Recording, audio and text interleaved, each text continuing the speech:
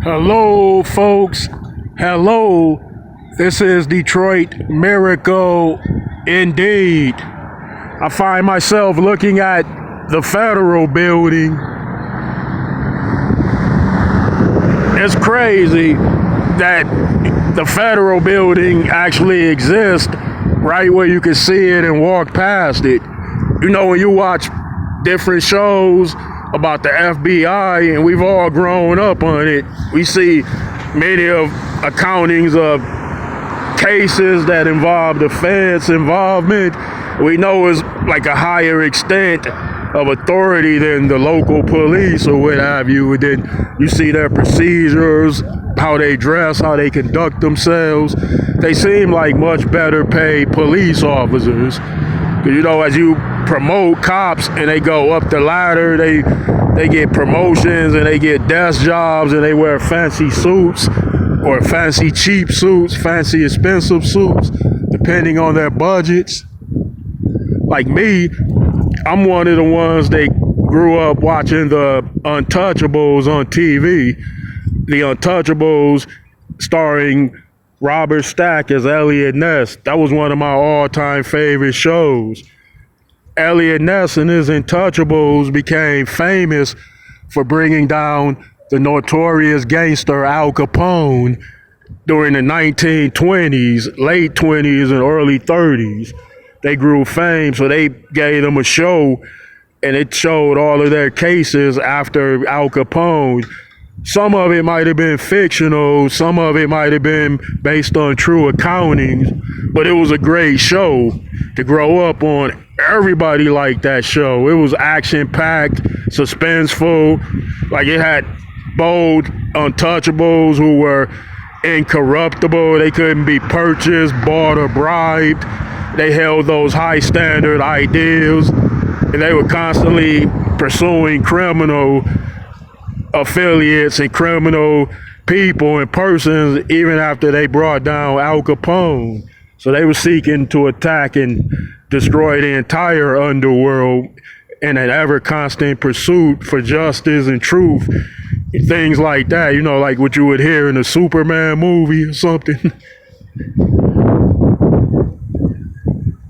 Yeah, then after the Untouchables went off the air, you know, you hold those ideas in your mind, you draw inspiration from that.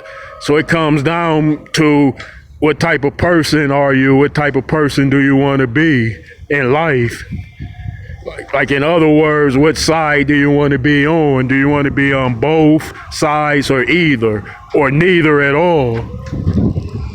Yeah, when you watch crime shows, crime dramas, crime procedurals, you know the truest extent of the criminal judicial process as far as determining a crime, finding a crime, labeling a crime, examining a crime, and solving the crime.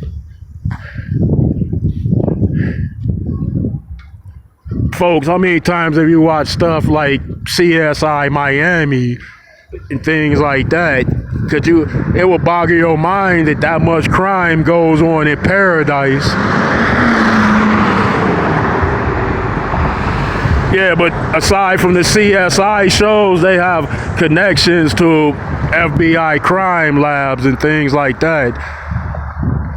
There is no technology in the world that is as advanced as modern science can make it, inform it. Modern science is far beyond what you can comprehend, and you've only seen some of it.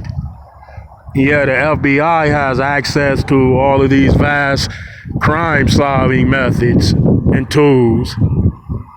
It comes along with the job, but the feds do not go after small-time crooks.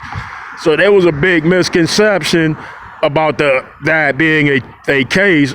If you watch the Untouchables, it's like Eliot Ness would go after anybody. If they were in the rackets, it wouldn't matter what level of criminal they were. They would go out and arrest the guy on the show or try to bring him in.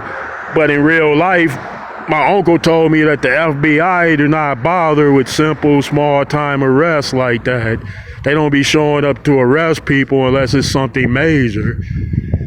or if it leads to something major, then they'll show up and investigate it.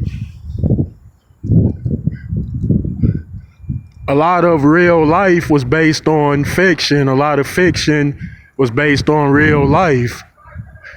Like such as in the case when you see FBI crime drama or procedural shows on television or film. All right, folks, thanks for hanging out with me. And I appreciate it if you would give me those likes, comments, and subscribe to Detroit Miracle.